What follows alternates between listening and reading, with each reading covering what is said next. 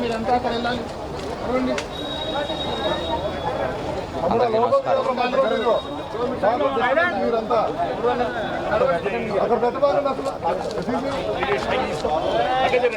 చాలా బాధాకరం,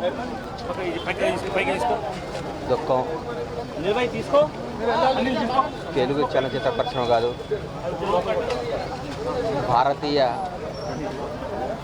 కళారంగం ఒక గొప్ప ధ్రువతారను కోల్పోయింది. కోటా బాబాయ్ మహోన్నత నటుడు. నాకు తెలిసి ఇండియాలోనే ఫైనెస్ట్ యాక్టర్ కోటా శ్రీనివాసరావు గారు 83 ఏళ్ల వయసులో గత 20 రోజుల నాడు ఆయన దగ్గర రావడం జరిగింది. చాలాసేపు కూర్చుంటే ఆయనే కబుర్ చేసి పిలిపించారు, ఒకసారి వచ్చిపోరా అన్నాడు. వస్తే ఆయన విషయాలు చెప్పుకుంటూ వాళ్ళ మనవాళ్ళ నంబర్ నాకు ఇచ్చి, నా నంబర్ వాళ్ళ మనవాళ్ళకి ఇప్పించి, అరే ఎప్పుడు ఏ అవసరం ఉన్నా ఈ పిల్లలు కొద్దిగా రెస్పాన్స్ ఇస్తుంటారా అన్నాడు. ముందు నాకు బాధ్యత తప్పు చెప్పేయడం అనిపించింది. ఆ రోజు ఆయన కాలు, ఆయన పరిస్థితి చూసి చాలా దుఃఖపడ్డాను. ఎందుకంటే ఆయన నటుడుగా ఆయన చేసిన పాత్రలు, ఆయన చేసిన విధానం, ఆయన జరిగిన జీవన శైలి, ఆయన బతికిన జీవన శైలి ఓ అద్భుతం. ఆయన కోల్పోవటం చాలా నష్టం జరిగింది కళామ తల్లికి. ఒక గొప్ప నటుని కోల్పోయాం. చరిత్రలో ఒక తెలుగు చలనచిత్ర చరిత్ర రాస్తే కోటా గారికి ఒక పేజీ ఎప్పుడూ ఉంటుంది. ఓ మహానటుని కోల్పోయాం. ఆయన పవిత్ర ఆత్మకు శాంతి కలగాలని ఆ భగవంతుని కోరుకుంటూ ఆయన కుటుంబ సభ్యులకి నా ప్రగాఢమైన సానుభూతి తెలియజేస్తూ, తెలుగు చలనచిత్ర పరిశ్రమ ఆయన కుటుంబానికి ఎప్పుడు అండగా ఉంటుంది.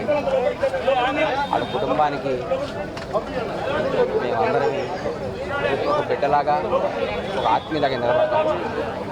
ఎక్కడున్నా ఆయన ఆశీస్సులు మాకు ఉండాలని, ఆయన ఎక్కడున్నా చల్లగొండాలని భగవంతుడు కోరుకుంటున్నాను. సెలవు తీసుకుంటాను.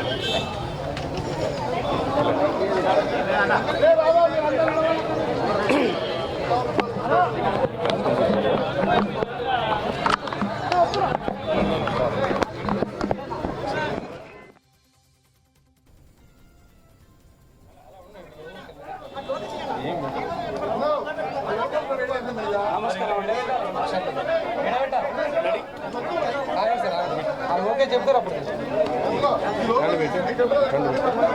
ఆడియో ఎట్లా వస్తుందా? ఆడియో రావట్లేదండి ఒకసారి మనలో కనిపించాలని కాదు. నమస్కారం అండి. పొద్దున్నే తెలిసిన వార్త అబద్ధమైతే బాగుండు అనిపించింది.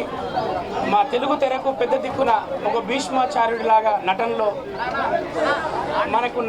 కావాలంటే గ్రామం నుంచి టన్నుల వరకు అడిగి మరీ ఇచ్చేంత నటన ఉండి, మా లాంటి మేము తెరకు వచ్చేటప్పుడు మేము చూసినటువంటి ఒక హీరోలను చూస్తుంటాం. మా తర్వాత కోట గారిని చూసి ఇలా నటించాలరా అని ఆయన దగ్గర నేర్చుకున్న పాఠాలు, గుణపాఠాలు మేము కొండపొలం అనే సినిమాలో చేసినప్పుడు, అంతకుముందు ఉత్సవం అనే సినిమా సెట్కి వచ్చినప్పుడు ఎన్నో విషయాలు మాతో షేర్ చేసుకొని ఎలా ఉండాలి, ఎలా చేయాలి, ఒక రూపంలో కావచ్చు, నటనలో కావచ్చు, ఆయన దగ్గర ఒక గ్రంథాలయంలో ఉన్నటువంటి సబ్జెక్ట్ లాగా మాకు ఎన్నో చెప్పినప్పుడు ఇంకా తెలుసుకోవాలి అనుకున్నప్పుడు అప్పుడప్పుడు పిలుచుకొని మాట్లాడేటప్పుడు ఎన్నో విషయాలు మాతో పంచుకున్న విషయాలు కావచ్చు.